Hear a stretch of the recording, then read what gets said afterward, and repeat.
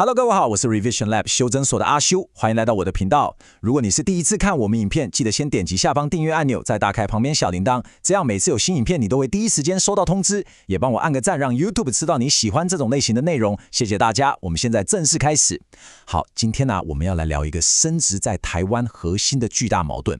你看啊，我們是一個四面環海的島嶼國家，對吧？但我們的思考模式、我們的文化慣性，卻完全像是一個大陸國家。這就是我們今天要深入探討的主題。一座遺忘了海洋的島嶼，這就直接帶出一個最根本也最讓人想不通的問題：為什麼一個島嶼會選擇轉過身，背對着那片定義它身份的海洋呢？到底是什麼樣的歷史跟恐懼，讓我們對於這片藍色的疆土變得這麼陌生？如果我們攤開數值來看，這個矛盾會變得更誇張。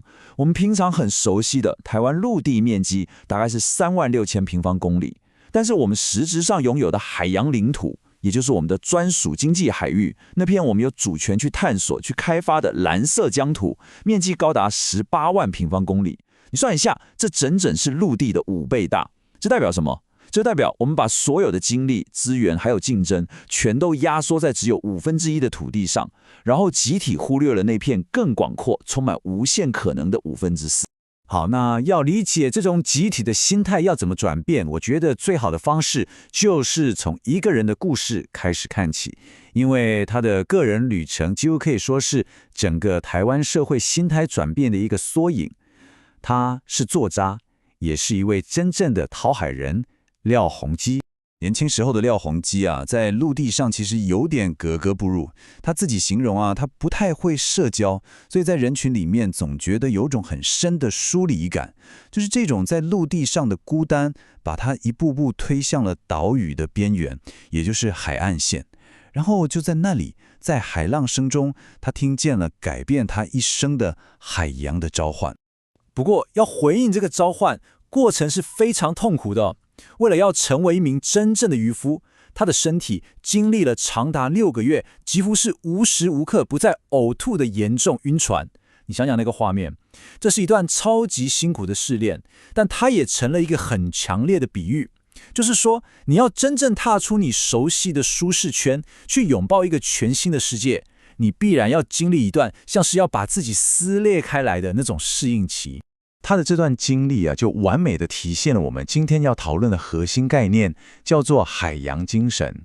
那這到底是什麼意思？它不是什麼虛無縹緲的口號，而是一種很清醒的認知。當你意識到你腳下這片土地的資源跟機會是有限的，你因此會產生一股想要向外探索的勇氣，願意航向未知，去開創新的可能性。對一個島國來說，這個外指的就是海洋。這就讓我想到經典小說《白行記》裡面有一段話講得非常好。他說，南塔克特島的父親們會把自己的孩子很早就送上捕鯨船，目的是要讓他們親身去學習海洋的奇觀、恐怖還有神秘。這跟我們當代那種海邊很危險不要去的思維，是不是形成一個超強烈的文化對比？一種是鼓勵你去擁抱挑戰跟未知，另一種則是把可控的安全感放在所有事情的第一位。接下來我們進入下一個關鍵點。當廖鴻基真的深入海洋之後，他從那些海洋生物的身上學到了哪些在書本裡面永遠學不到的關於生命的深刻智慧？其中一個最震撼我的故事是關於旗魚的尊嚴。是這樣子的，當標槍刺中旗魚之後，海上會展開一場很激烈的追逐戰。但是當那隻旗魚意識到自己不可能逃掉的時候，它會做出一個超驚人的決定。它放棄水平地逃跑，轉而用盡最後的力氣，垂直地往自己無法承受的深海潛下去。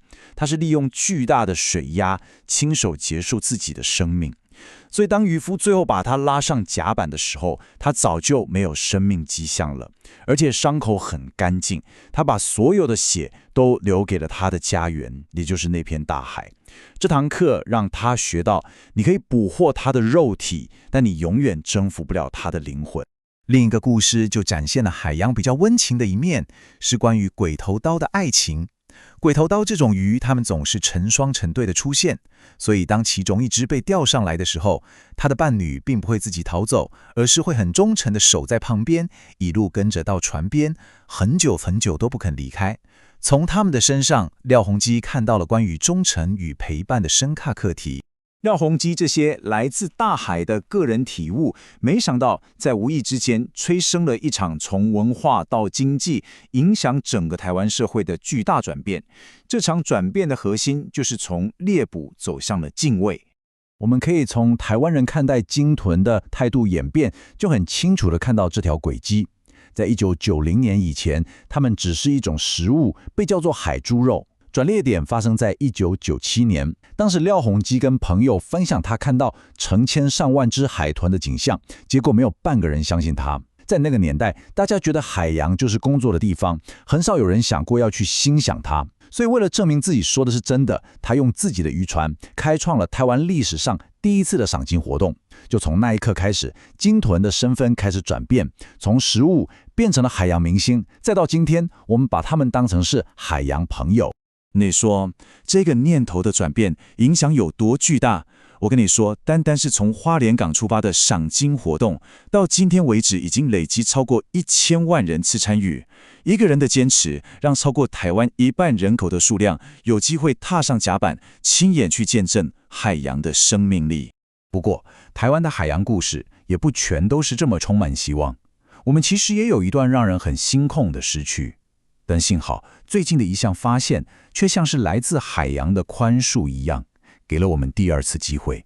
40年，這個數字代表着一段漫長而且悲傷的沉默。是這樣子的，在過去，台灣南端的恆春外海曾經是座頭鯨的繁殖地，它們是真正土生土長的台灣鯨。但是，長達60多年的商業捕禽，讓我們親手把這個屬於台灣的物種獵捕到區域性的滅絕。在那之後的40多年裡，台灣的海洋再也沒有常駐的大型鯨類了，這就引發了另一個思考：在犯下這麼嚴重的錯誤，失去了這麼珍貴的寶藏之後，我們真的還能有第二次機會嗎？答案是肯定的。希望以抹香鯨的形式重新回到了台灣的海域。近幾年的調查已經證實，有一群抹香鯨已經選擇在台灣東部的外海定居下來了。而且這不是那種偶然路過哦。經過多年的追蹤研究指出，這是一個很穩定、常駐的家族群體。他們把這裡當作育幼院，在這裡生下新的小鯨魚。他們在這裡休息、社交，甚至求偶交配。更關鍵的是，他們對船隻表現出友善跟好奇。這所有的跡象都說明了一件事：他們判斷台灣這片海域是安全的。對這件事，廖鴻基有一句很深刻的感嘆。他說：“我們並未善待海洋，但老天善待我們，仍然留了抹香鯨給我們。”這句話，我覺得精準地說出了這第二次機會是多麼的僥倖，有多麼的珍貴。聽完這從失去到重生的故事，我們最終還是得回頭看看自己，因為整個故事就是一個巨大的隱喻。如果說陸地代表的是我們所熟悉安穩的舒適圈，那麼屬於你自己的那片充滿未知、挑戰跟無限機會的海洋又在哪裡呢？